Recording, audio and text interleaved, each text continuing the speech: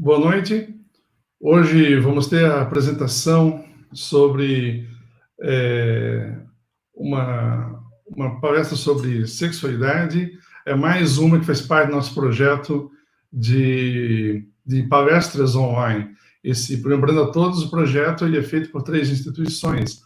Ele é uma iniciativa do Instituto Agenda Positiva, ele tem uma parceria com a Prime Cursos e apoio do Centro Universitário Uniamérica.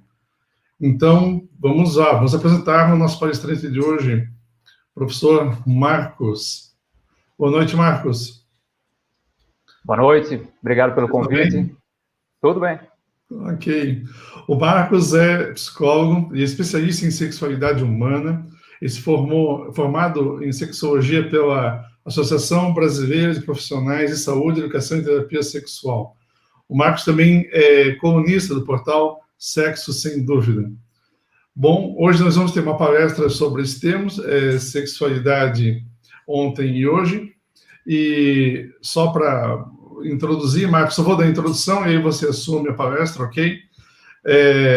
A ideia é fazer um olhar sobre a história sexual recente, não antiga, recente, e aí como a repressão ainda existente e ela impacta nas relações sexuais afetivas das pessoas. Então, esse é o tema que vamos ter hoje. Marcos, só lembrando, são 40 minutos de palestra, ok? A gente vai fazer perguntas ao longo do evento, certo? Então, quando houver a pergunta, eu vou sempre vinculados ao tema, por favor, a toda a audiência, né? Não façam perguntas fora do tema. E aí, a gente vai criando um debate ao longo do evento também. Tá certo? Marcos, agora é com você. Ok. Obrigado, Malco. Agradeço a atenção. Pessoal, boa noite. Boa noite oficialmente, então. Já agradeço antecipadamente, novamente, ao convite. Não vou fazer uma nova apresentação minha, né? Já estou declarado e apresentado oficialmente, mas quero só colocar para vocês o seguinte. Além de trabalhar como psicólogo, sexólogo e terapeuta sexual, eu tenho dedicado uma boa parte aí da minha carreira profissional na área da saúde, né? E na área da educação sexual, justamente por entender que existe ainda alguns mecanismos, né, alguns processos e alguns sistemas culturais, muitas vezes, que acabam gerando um mal-estar social, um mal-estar pessoal, em virtude de uma sexualidade que a gente reconhece hoje ser um tema tabu para ser discutido, né? Seja no âmbito familiar, escolar, social, político, ainda aparecem muitos mecanismos repressores do próprio tema em si, muito além até das questões práticas que a gente sabe que envolve o âmbito privado, né? Para começar essa história, eu coloquei esse tema sexualidade ontem e hoje, apesar do Malcolm ter colocado, que realmente eu não quero discorrer sobre a história antiga da sexualidade, mas eu preciso resgatar pelo menos algumas referências para vocês. Vou fazer citações, vou fazer indicações de alguma literatura também. Preciso resgatar, assim, pelo menos uma transição que acontece na história humana que a gente tem conhecimento, né, através de registros dos livros e também de estudos, né, paleontólogo, arqueológico, antropológico, que diz respeito a essa transição do que a gente chama de matriarcado para o sistema do patriarcado. Patriarcado, sistema predominante, né, bem visível até na questão do Ocidente, e o matriarcado que o antecede. Já de cara, um livro que eu vou citar para vocês, que é um dos meus livros preferidos para se pensar história do matriarcado no mundo, é uma coletânea histórica de pelo menos 30 anos de estudos da família Lisebeck da Bélgica, que eles são um grupo familiar, o sobrenome que leva ao livro também, né? Esse título do livro em particular, o Tantra, o Culto à Feminilidade, é um livro histórico, né? Um livro de registro histórico para resgatar um pouco da história da sexualidade, sim, também, mas principalmente dos processos de transição do matriarcado para o patriarcado, né, conhecido atualmente, né, relatando contextos históricos, culturais em diferentes regiões do planeta e em diferentes momentos, né. Esse livro, em particular, é uma referência principal que eu uso hoje também, para poder trabalhar questões de ordem emocional que envolvem o sexo, justamente porque a base do matriarcado pensava não só apenas a liderança das mulheres nas questões sociais, né, pensar um tempo em que a cultura predominante não previa ainda religião do jeito como a gente vê hoje, política como a gente vê hoje, e a própria organização social, né? Então, uma referência muito forte que é levantada e constatada nesse livro é justamente que houve, sim, um período da história, anterior à história dos homens, como a gente conhece, né? que faz parte aí do período paleolítico também, e até do mesolítico, né, transitório, para entender que as mulheres eram a liderança maior, ou eram pensadas como sendo a divindade na Terra, ou sim a personagem deusa-mãe, que vai dar aí a referência maior em algumas culturas, né, a teoria de Gaia, mãe natureza, outras culturas que pensavam também algumas crenças aí de transcendência e divindade, né. Então, esse livro eu recomendo para todos, tá? Bastante positivo para se pensar essa história. Agora, para provar essa história, né, ou comprovar essa história, não é apenas a ideia ficciosa ou a imaginação de alguém. Os registros que existem na história hoje para constatação do matriarcado em diferentes povos em todos os continentes, a gente resgata aí a arqueologia que vai buscar, pelo menos há 25 mil anos atrás, o registro com o material que era possível na época, né, o sistema material, a maneira da linguagem da escrita que ainda não estava bem estabelecida culturalmente, mas os registros aí pictóricos, né, as esculturas, principalmente esse modelo que eu apresento aqui, que é a estátua de Vênus, né, ou a chamada boneca de Vênus, ou mulher de Vênus. Vênus até uma referência a deusas lá da cultura romana, né, que cultuavam durante muito tempo da sua história, também as deusas femininas. E esses registros que vão aparecer justamente mostram que os povos faziam alusão à ideia da mulher como sendo algo maior do que os próprios homens, né? Os homens acreditavam que as mulheres tinham poderes místicos, né? Por causa do processo da gestação, e não era compreendido, né? O homem primitivo não entendia como se dava o processo gestacional, não entendia que existia uma concepção, a conexão lá do esperma com o óvulo, a ideia da gestação inteira acontecendo, o nascimento, né? Associava-se à mulher primitiva a autoridade maior, né, a liderança e os poderes maiores, justamente por ela ser a responsável pelo então entendimento, nascimento ou criação da vida, né? Eram sim as deusas mulheres durante um bom período aí, pelo menos 20 mil anos de história passada, né? E a gente vai perceber uma transição do matriarcado para o patriarcado quando essa ideia de mulheres serem divinas por gerarem a vida e darem a luz cair por terra, né? Ou pelo menos a ideia de que a mulher seria exclusivista e especializada na ideia da vida, né?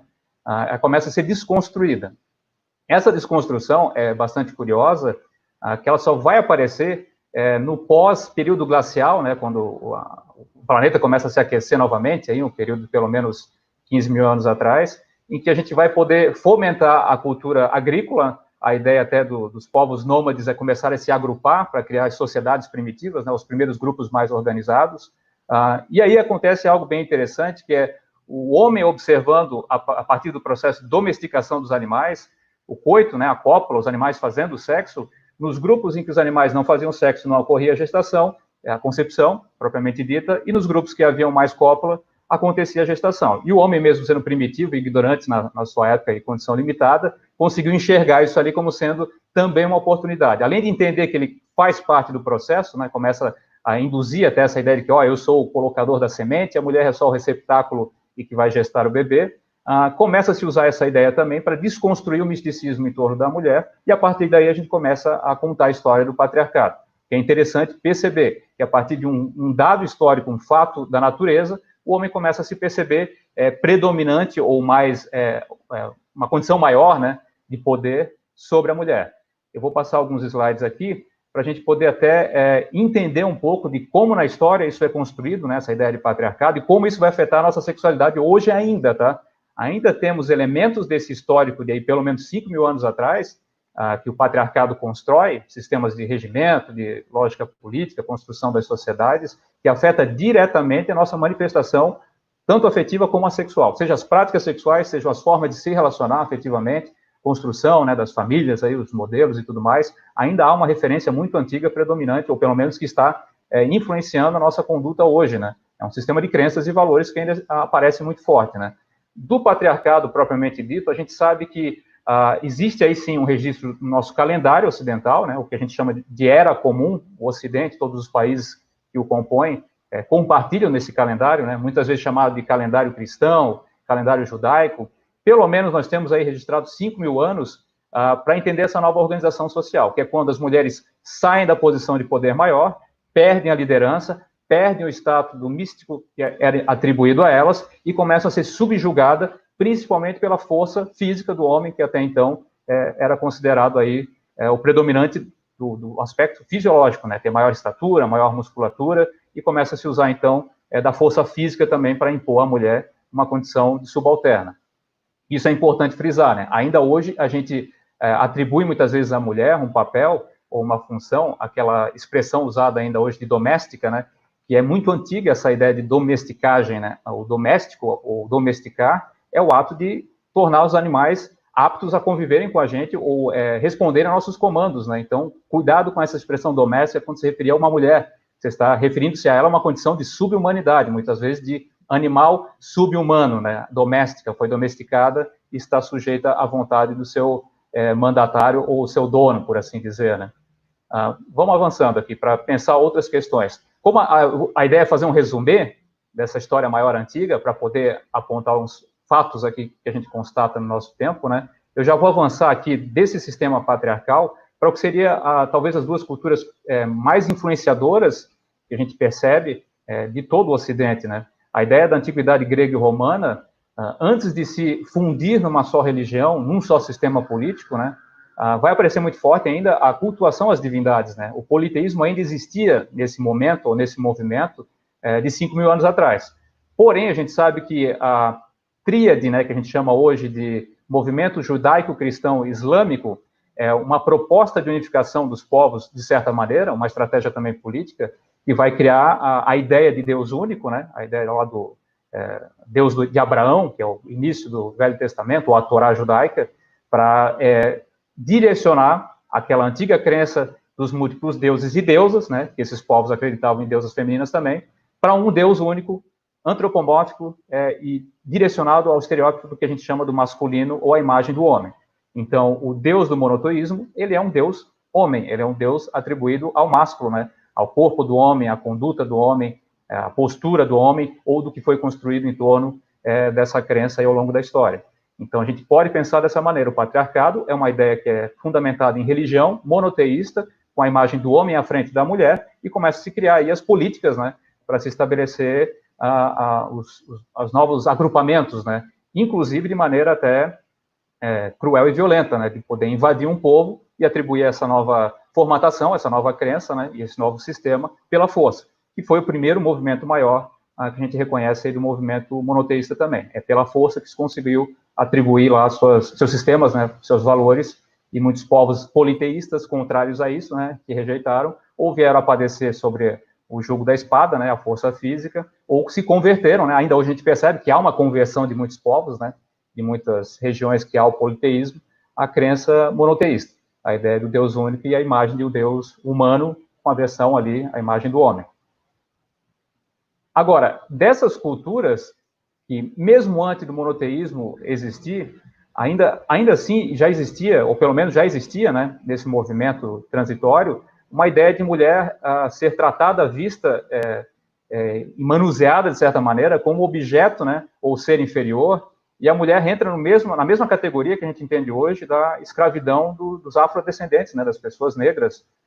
É bastante interessante pensar que as mulheres, ao longo da história, elas foram classificadas dentro do mesmo planejamento estratégico ali de controle, e as colocavam ou ora em situação subhumana à condição animal, ou ora escravizada ao homem, né, ou simplesmente, em alguns momentos da história, num papel social inferior que não lhe dava direitos, assim como não dava direitos aos idosos, ou não teriam direitos às crianças e adolescentes, né? Então era só o homem adulto que predominava, ditava as regras, e disseminava isso no mundo, pelo menos no Ocidente, ou principalmente, né?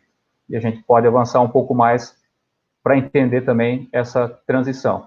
Se a gente for pensar ainda dentro dessa antiguidade grega-romana, curiosamente, o sexo, ele era praticado, disseminado, a educação sexual, se é que existia algo nesse formato da época, era uma política mais de liberdade de ação para que as pessoas pudessem usufruir do sexo não só como uma necessidade ou como ideia de constituição familiar ou uma ideia de juntamento dos pares ou das partes, né? A ideia de sexo na antiguidade grega e romana era muito associada à liberdade de manifestação e principalmente à busca pelo prazer sexual. A ideia de carnaval hoje, que é muito comum aqui no Brasil, né, ela tem uma origem greco-romana, né, a carnivale, a expressão correta de origem, e a bacanalha, que gera a palavra ou a expressão bacana hoje, são de ordem histórica muito antiga, para mostrar que houve um tempo em que o sexo era praticado livremente entre as pessoas de diferentes classes, né, independente da crença que elas cultivassem. Então, até os próprios deuses e deusas, as divindades, entre eles praticavam sexo para gerar novos deuses, né? Era um período de humanização muito maior, era antropomórfica a ideia dos deuses e deusas, porque associava-se à imagem de pessoas. O Deus monoteísta, de certa maneira, seguiu essa tendência também. As pessoas idolatravam muito mais facilmente, e ainda hoje idolatram, a ideia de personagens super-humanos, né? Homens super-humanos. A ideia de um Deus é muitas vezes um homem super-humano, né? Superpoderes, superpotência e tudo mais. Isso, de certa maneira, era cultuado também no politeísmo greco-romano, né? A gente sabe que na Índia, ainda existente lá o politeísmo até muito mais amplo, vasto, né? Mais de 30 mil crenças e culturas lá voltadas a diversas divindades, não tem essa força presencial de uma ideia humanizatória, né, ou antropomórfica. Eles acreditam em deuses ali que são vários mesclados, seja animais, sejam pessoas, várias fusões acontecem naquele sistema politeísta. Agora, a nossa crença principal predominante agora é associada, sim, à ideia do humano super, ou super-humano, né, o Deus associado à ideia do humano. O interessante aqui é pensar que são os romanos, idealmente, que pegam a ideia de uma religião monoteísta, que não pertencia a eles, né, o chamado, então, cristianismo, que vai ser constituído lá com o movimento em torno do personagem, Jesus e tudo mais, que é literalmente uma transculturação do que há, vamos colocar assim, de melhor para o seu usufruto, né, pegar as melhores partes das crenças e das divindades grego e romanas para fundir a ideia de um personagem, né, ou de uma pessoa, assim, historicamente reconhecida, mas atribuir a ela todos os poderes dos outros deuses ou divindades, e a partir daí utilizar essa ideia de Deus único, né, para levar a sua mensagem, levar a palavra, chamada palavra muitas vezes citada pelos evangélicos principalmente, né, disseminar essa informação, essa mensagem, e ganhar adeptos, rapidamente, de certa maneira. Se a gente for pensar aí 2000 anos de cultura cristã, rapidamente se disseminou no mundo inteiro, existe pelo menos em todos os países, o embrião lá plantado do cristianismo, né? A gente sabe que o judaísmo ele caiu meio em defasagem no montante, né, dos seus fiéis. O cristianismo permanece ainda como talvez a maior crença ou maior cultura religiosa, e o islamismo vem ganhando força e provavelmente vai ultrapassar o cristianismo em breve, por ser uma cultura que prega ainda a prática de se fazer sexo para filhos, né? São o povo de muitos filhos, né? A família com constituição de marido e muitas esposas e tal. Já no cristianismo a gente sabe que está mudando isso. Esse é um aspecto de ordem sexual para a gente pensar, né? Por que está sendo mudada essa ideia de não ter mais a política de muitos filhos no cristianismo aqui do Ocidente? Tem respostas para isso, até que são bem fáceis de serem encontradas, né? Uma delas que a gente pode imaginar é que a ideia da Igreja Católica Apostólica Romana, que é a fusão de tudo isso, né, um somatório de ideias para criar a religião maior, era, de certa maneira, assim, expandir o seu império, mas também criar um sistema de controle ideal para que eles pudessem aí fazer a manutenção desse império, né? E a religião foi o primeiro mecanismo aí que a gente conhece, né? Talvez o maior e mais importante, ainda hoje utilizado por muitas culturas, né? E o que afeta a sexualidade é justamente porque nesse período em que se cria uma cultura de monoteísmo, crença no Deus único, cria-se crenças a respeito também do que é a representação sexual na vida das pessoas, né? Isso a gente vai ver mais à frente também, é como afeta a crença numa religião nas práticas e vivências afetivas sexuais. Malcolm apareceu para mim. Malcolm, se quiser me interromper, fique à vontade. Marcos, tem uma colocação de uma pessoa aqui, eu gostaria que você fizesse um comentário sobre isso, que tem a ver com o que a gente está falando. Eu vou Vamos lá. Aqui para as pessoas verem. E NG Produções, bom, e põe o seguinte, antigamente as pessoas faziam sexo com amor, no dia de hoje com prazer carnal. Você pode comentar alguma coisa sobre isso, já que está falando sobre a história. E outra coisa, será que antigamente não havia essa questão de muitos filhos como força de trabalho no campo, da lavoura, etc. e tal? Vou deixar essas duas considerações, já que você está falando sobre isso nesse momento. Vamos em frente, Marcos. Essa ideia dos muitos filhos para a questão da constituição do espaço físico das famílias e da continuidade até dos agrupamentos que existe hoje, né? A família do campo ainda é uma realidade, eles ainda fazem muitos filhos, né? Só que existe até uma certa limitação, pensar que isso é uma ideia generalista, de que todos os povos proliferaram-se a partir lá da ideia de uma constituição familiar, muitos filhos. Isso é uma coisa que a gente pode detectar culturalmente com um processo muito forte da Revolução Industrial, que é quando a gente vai ter o verdadeiro boom do número de filhos per capita ou por família, né? Pensar ali, as pessoas começam a fazer muito mais filhos com um processo de ordem industrial e que a religião vai ter um papel importante no sentido de orientar as pessoas, orientar os casais, para fortalecer essa mão de obra também, para perpetuar essa mão de obra, não apenas pelo sentido da vida em si, né? A família constituída, os filhos, perpetuação da espécie, mas passa aí com a Revolução Industrial a ser uma lógica até mercadológica, pensar, façam muitos filhos para a gente garantir a mão de obra e manutenção desse processo de industrialização também. As famílias do campo, elas são um processo bastante antigo, milenar, e se preservam, né, ainda hoje, só que hoje elas adotaram as tecnologias, é provável que hoje tenha muito menos filhos, né, as famílias, de fato, até o próprio IBGE vai mostrar aí alguns números, eu vou resgatar isso com vocês. Agora, sobre o comentário da antiguidade, as pessoas fazerem sexo com amor, é importante lembrar a vocês que na nossa história recente, século XIX para cá, a ideia de amor associada ao sexo é uma ideia do chamado amor romântico, né? Isso é coisa lá do tempo da Rainha Vitória também. Começa a ideia de casamento, a ideia de núpcias, a ideia lá de relacionamento para todo vida, todo sempre, o amor eterno, o amor que não se esgota, né? É uma ideia, de certa maneira, ilusória, porque existe, sim, o sentimento amor, historicamente documentado e reconhecido, né? Existe a prática sexual independente do amor. A ideia de criar a fusão amor e sexo é uma amarração, um pacote, para tentar garantir a manutenção dos casais, dos casamentos, da perpetuação das famílias, né, ou do modelo familiar, que a Igreja Católica trouxe, ou manteve, e preserva até certo ponto, ainda hoje no Ocidente, tá? Não que eu seja contrário a qualquer uma dessas manifestações, mas existe um valor em torno disso, né? Sexo com amor, que destitui o sexo do que ele é realmente. Sexo, em primeiro lugar, é uma necessidade humana, independente do sentimento que você cultiva com as pessoas que você pratica. Acho até que as pessoas fazem muito mais sexo sem amor, e tudo certo, não tem problema, independente das consequências que a gente vai ver mais à frente sobre algumas práticas sexuais ou forma de se relacionar, né, na nossa cultura, o amor pode ou não estar presente no ato sexual e independe. A ideia do amor associado a sexo muito mais a ideia católica cristã, tá? A ideia de conjugar ali, vamos juntar essas pessoas, o amor ele vai ser eterno, né? E a gente sabe que não é, as pessoas estão divorciando cada vez mais, vamos falar sobre isso também, mas eu concordo que, de certa maneira, para quem pratica o sexo havendo vínculo afetivo, vamos chamar de amor, pode ser a paixão, pode ser uma intimidade maior que eu considero importante, vai haver uma diferença na percepção de como o sexo repercute na vida dela.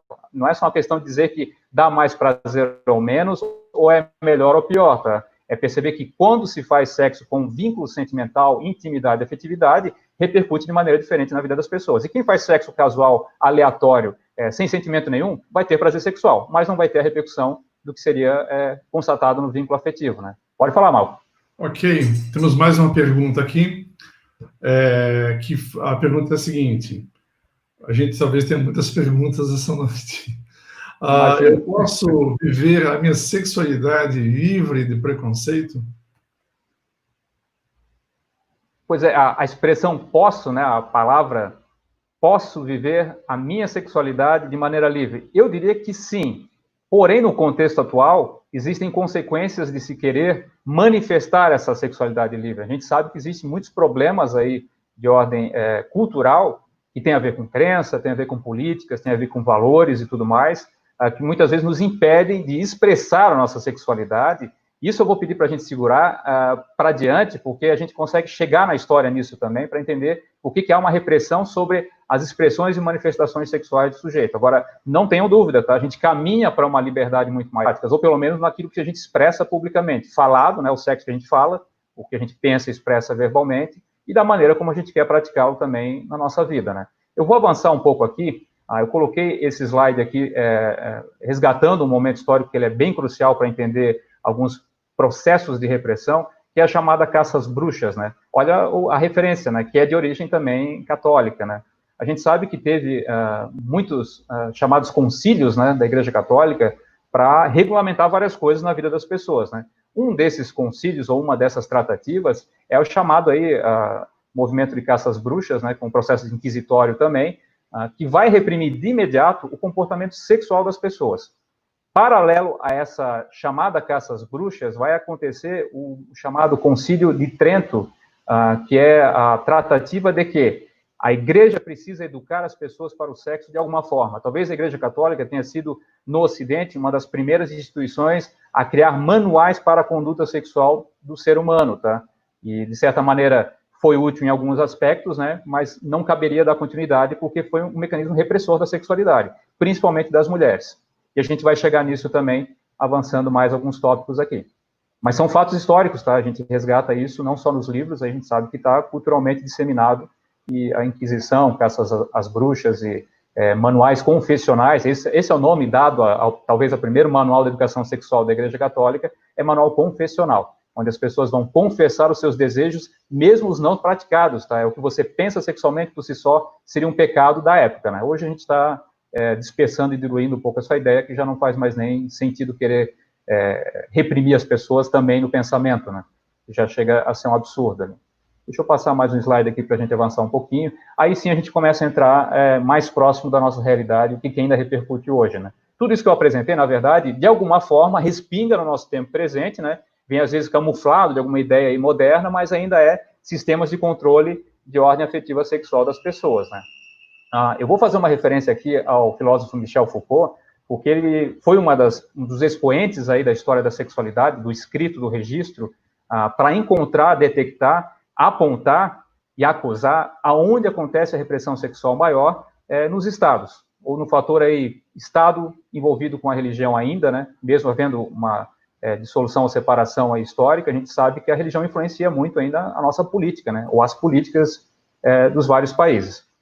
Então, eu coloco aqui até essa passagem do Michel Foucault, ele coloca que a instauração de um conjunto de regras e de normas apoiadas em instituições religiosas, judiciais, pedagógicas e médicas é o que vai ser a bola da vez, baseado em uma certa ciência moderna de época do século XIX, para construir os novos manuais, inclusive, de conduta sexual, ou pelo menos manuais educativos, né, para a vivência sexual também. Observa o seguinte, as primeiras instituições de ensino e instituições de saúde, ainda hoje, levam o nome de alguma expressão, né, de ordem religiosa, né? Aqui, pego a minha cidade como referência, né, tem ainda o Hospital Santa Isabel, Hospital Santa Catarina, Santo Antônio, Colégio Bom Jesus. Observem isso, tá? Instituições de saúde e de educação que ainda têm uma referência muito forte, antiga, por terem sido fundadas muitas vezes pela religião, temos que dar o mérito também, né? Universidades, escolas e tudo mais, mas que trouxeram esse valor ultrapassado, né? Ou esse valor mais arcaico, para basear-se em cima dele também e querer educar as pessoas para a vida sexual também. Agora, se a gente for pensar o que sustenta isso, ainda com o Michel Foucault, que a gente vai pegar pelo menos lá os 3 volumes que ele apresenta da história da sexualidade. Deixa eu resgatar aqui, que eu acho que eu passei. Caças à bruxa, definição de sexualidade do século XIX, e é esse slide aqui.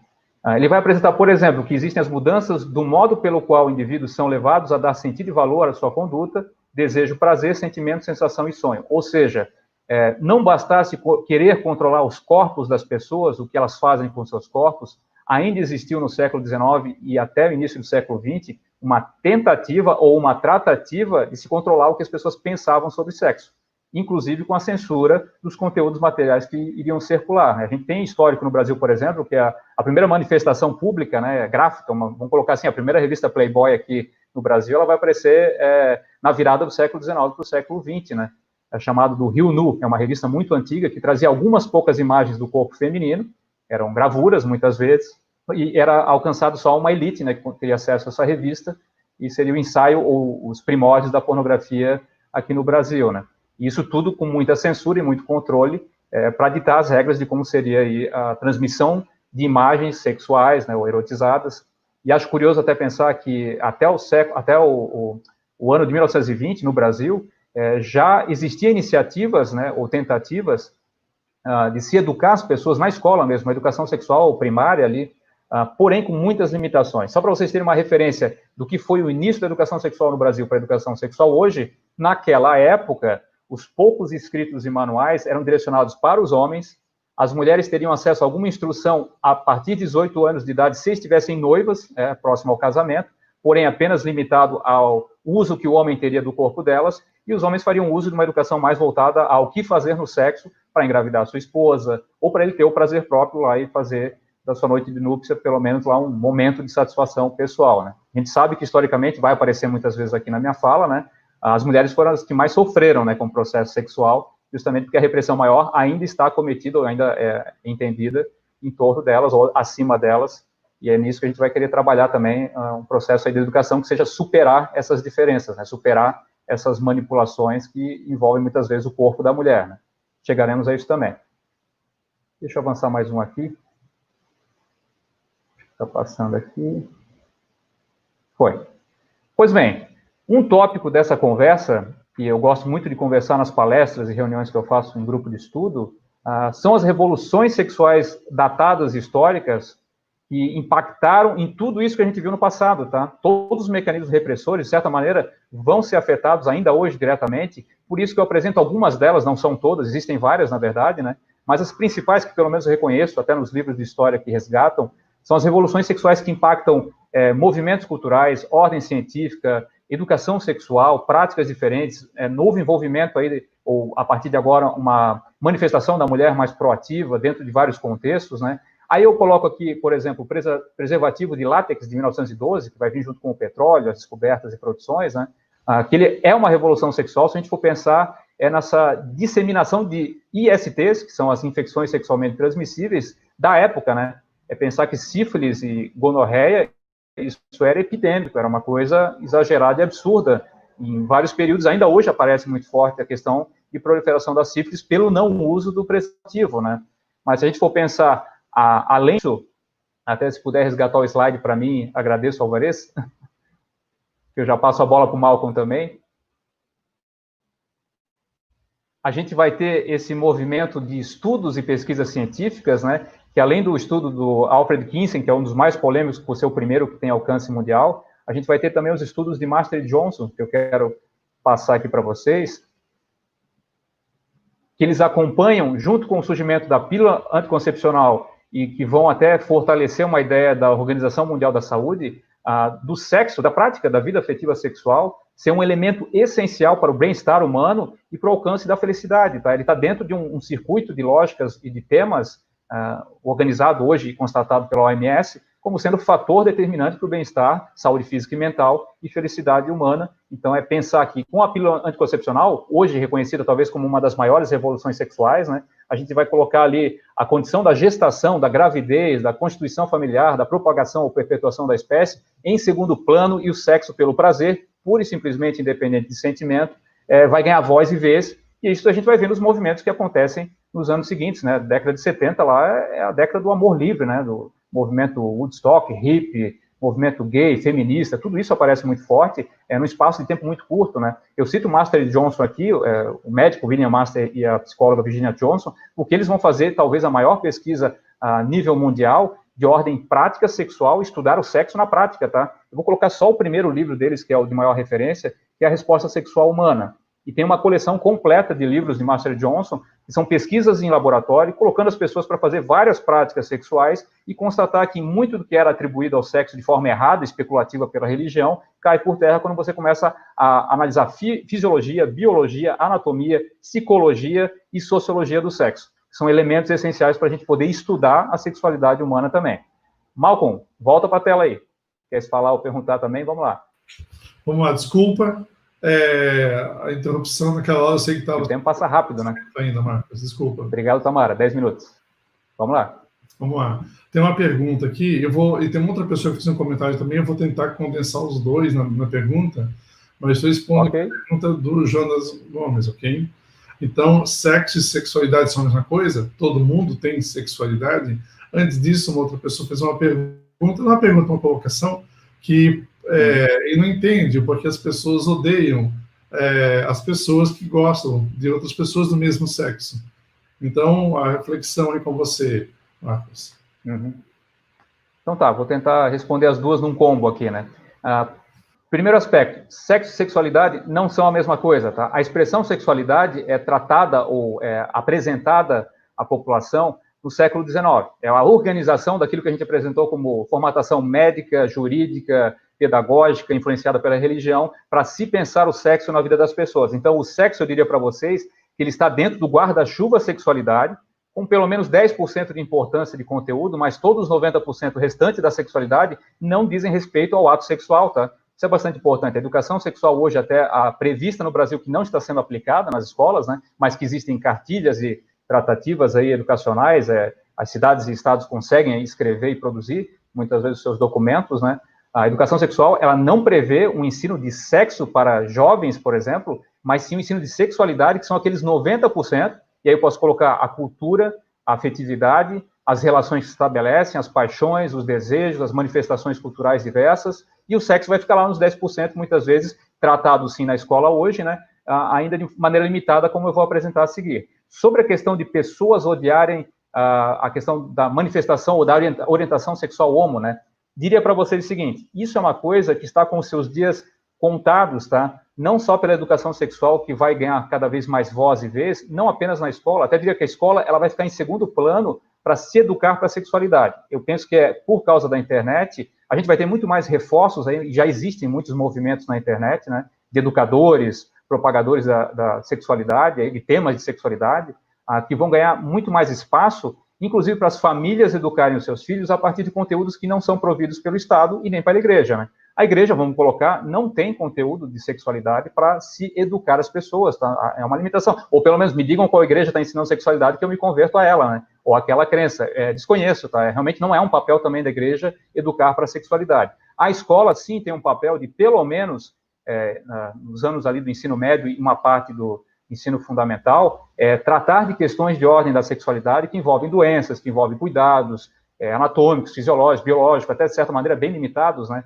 Mas que sim, que estão presentes ali de alguma maneira, né? Eu penso que a educação sexual ela vai caminhar também para a formalidade nas escolas, para abranger todo esse 90%, em algum momento os 10% do ato sexual vai ficar muito mais a título de debate dos próprios jovens, né? Porque o adolescente ele faz sexo como adulto, muitas vezes até mais, né? Eu atendo no meu consultório há muitos anos, os casais ficam traumatizados quando descobrem que seus filhos transam mais do que eles, né? Porque justamente o jovem se libera e se permite muito mais.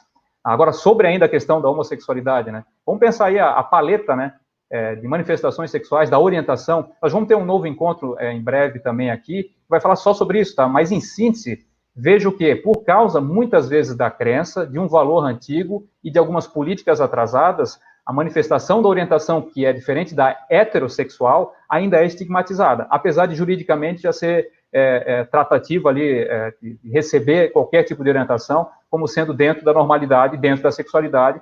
Então, todos nós somos também sujeitos, né, sociais a partir da sexualidade que a gente manifesta e constrói ao longo da vida, né? Acho que a homossexualidade é parte da natureza humana também e da natureza de outros animais. A bissexualidade, idem, tá? A gente não pode separar mais uma coisa da outra, principalmente constatando que há essa predominância de manifestações diversas sexuais da prática, né? E no ser humano aparece mais forte o desejo, a manifestação da paixão e tudo mais, pelo sexo oposto ou pelo mesmo sexo. Então, se as pessoas ainda, algumas ou a maioria, odeia essa manifestação homossexual, é por falta de educação. Diria para vocês que o próximo passo desse século seria superarmos a partir da educação de todo mundo, né? Jovens e adultos, principalmente os adultos que nunca foram educados. Tenho 2 minutos, agora eu vou tentar fazer um fechamento. Por favor, se puder trazer o slide novamente, agradeço. Obrigado, Alvarez. Olha só, o que ainda está presente hoje que influencia, inclusive nessa manifestação, às vezes até de ódio das pessoas à diferença, né, ou às diferenças em sexualidade, a diversidade da sexualidade. São as concepções, conceitos e modelos que ainda estão apresentados, aí aparecem nas falas de muitas pessoas, né? Aquelas que eu considero, de certa maneira, limitadas, e muitas vezes retrógradas, são essas duas aqui, concepção médico-higienista e a moral religiosa. A médico-higienista, eu digo que é limitada, porque se vocês observarem a história do ensino médio da maioria de vocês, só foi apresentado, talvez, no ensino médio, uma única palestra sobre educação sexual de um profissional da saúde falando sobre doenças venéreas, né? Que é um atraso, de certa maneira, é aquele 10% só voltado à patologia do sexo, principalmente, né? Não pensando prazer, não pensando manifestação afetiva, e limitava-se a isso. Ainda existe hoje nas escolas, tá? Uma palestra por ano, reúne o ensino médio todo lá para falar de doença ou de infecção sexualmente transmissível. E a moral religiosa ainda tenta castrar, punir, julgar e avaliar a conduta sexual das pessoas, né? Sendo que é do âmbito privado, ninguém tem que botar pitaco nisso, né? Nem crença, nem religião, nem mesmo a política, né? Havendo consenso entre as participantes da vida afetiva sexual, que eles praticam no ambiente privado também é de direito deles, né? E outras duas concepções, para fechar de vez, uma é chamada evolucionista, que eu digo que é limitada também, porque ela faz uma analogia ou percepção imediata do mundo animal, para pensar, olha, os animais todos aqui praticam sexo de várias formas, inclusive manifestações homossexuais, bissexuais, então nós humanos temos que nos referendar pelo animal, né? Da parte fisiológica e biológica, ok, vai aparecer muito forte, a gente estuda aí até os primatas, né? Os colegas que conhecem a primatologia, vai lá ver os bonobos, lá eles transam e praticam coito frontal, beijam na boca, fazem carinho, até resolvem muitos problemas vida em sociedade deles, ou em grupo, né, a partir das práticas sexuais. A que eu diria para vocês que vai predominar, muito em breve vai aparecer mais forte, ela já está presente muitas vezes nas manifestações e apresentações de sexólogos, educadores, profissionais da saúde, é essa aqui. Concepção histórico-cultural. A gente precisa rever nossos conceitos para superar preconceitos, tá? É uma revisão histórico-cultural. É falar essa história também. Muitas vezes essa história não é ensinada, né? Há um jogo de interesse de não se falar sobre isso também, tá? E é pensar que nós, como sujeitos, vamos nos constituir ao longo da vida a partir dessa manifestação mais espontânea da sexualidade e menos intrusiva, de gente querendo determinar comportamento sexual. E isso acho que é um atraso, de certa maneira, o maior retrocesso que a gente ainda manifesta. Agora eu juro que é para fechar, esse é o último slide. Aí é para pensar só aspectos do sexo hoje que estão muito fortes, que caminham para a gente ter a resolução dos principais problemas sexuais, né? É pensar a formatação de família, né? A gente já superou faz muito tempo, tá? O modelo hegemônico de uma só família, né? Um pai, uma mãe hétero com filhos, isso já acabou, isso já está caindo por terra, até porque o IBGE já aponta que hoje no Brasil, esse formato de família, né? Chamado muitas vezes de biparental, é considerado ali o percentual de 45% da população brasileira. Uma forma de manifestação bem curiosa no Brasil, muito forte, que alcança aí quase 7 milhões de pessoas, é a manifestação da família uniparental, ou unissocial. São as pessoas que saem de casa para viver sozinhas, e vão viver sua sexualidade livremente também. Que é bem interessante. A expressão família não é associada juridicamente ou exclusivamente a quem tem filhos, tá? Porque qualquer pessoa poderia ter filhos, inclusive adotivos, essa coisa lá do bebê de proveta e tudo mais, são até as percepções do futuro do sexo, né? Desassociar a questão do sexo à gravidez e desassociar totalmente a questão do amor e pensar o que o sexo traz de bom e de útil para nossas vidas, né? Independente dessas duas questões. Aí, com certeza, eu digo para vocês, fechamos o conteúdo, pelo menos, eu já agradeço a atenção e a paciência de todos. Abre para o mundo aí, vamos ver o que o pessoal quer conversar também. Ô, Marcos, bom, temos uma colocação de uma pessoa que está assistindo a gente, eu vou colocá-la aqui, que é o seguinte, você poderia conversar um pouco, ou detalhar um pouco mais a reflexão, fazer uma reflexão sobre isso. Deus diz que o casamento das pessoas no sexo é uma abominação. Se Deus diz que é uma abominação, então não sou contra uma pessoa se for contra o casamento de duas pessoas do mesmo sexo. Então, acho que estamos aqui coordenando sobre a questão de Deus e instruções sobre sexo.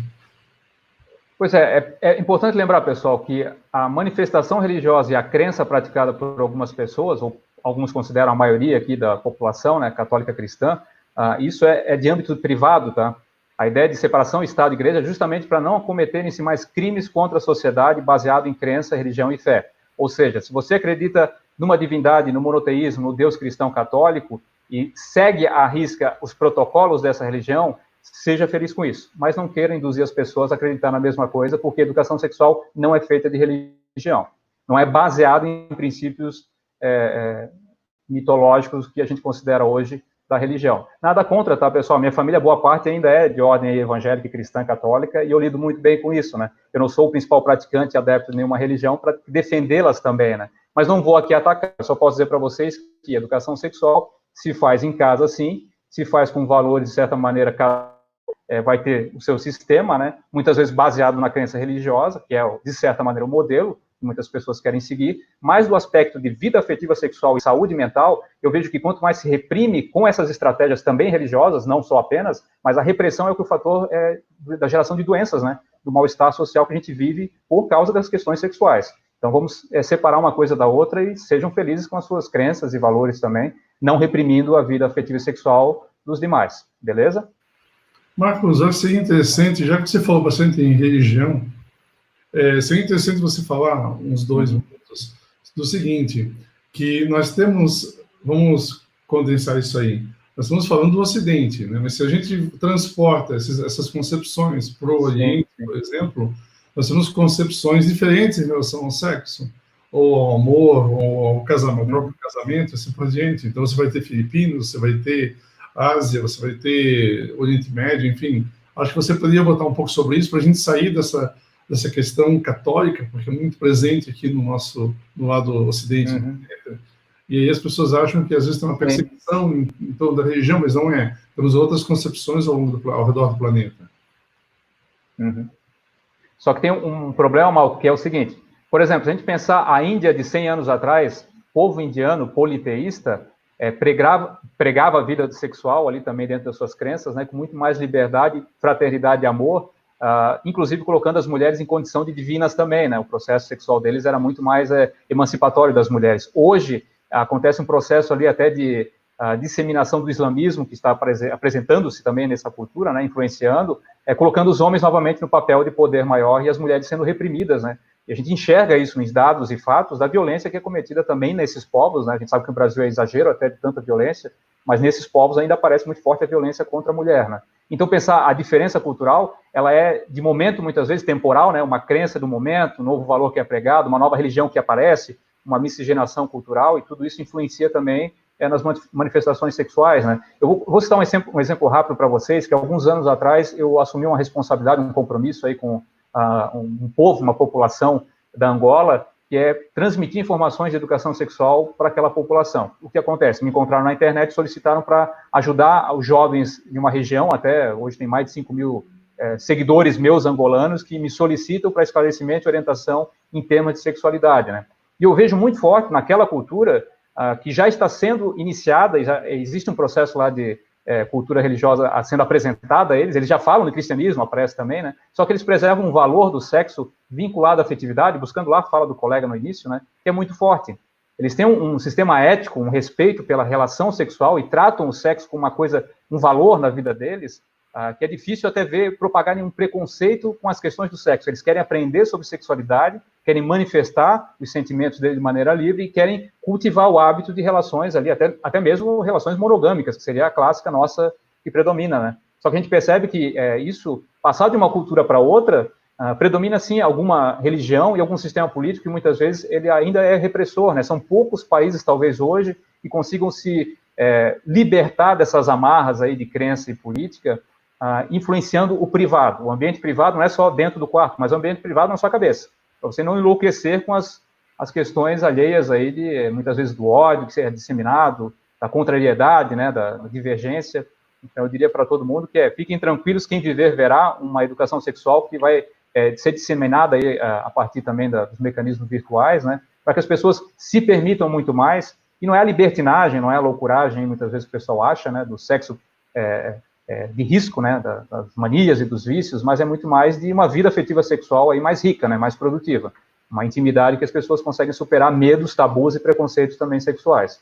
Mas não tenho dúvida, há diferenças de povos do Oriente para o Ocidente, é gritante, ainda existe cultura até matriarcal, se a gente for para a África e para a Ásia, tem referência, ainda existem populações que são cultuadas ali a ideia do matriarcado, o tribalismo, o cooperativismo, uma coisa primitiva lá, é outro valor que é disseminado. Então, é legal a gente saber sobre essas diferenças também, para a gente não achar que o mundo é só feito de Ocidente, né? Ou só da nossa cultura aqui.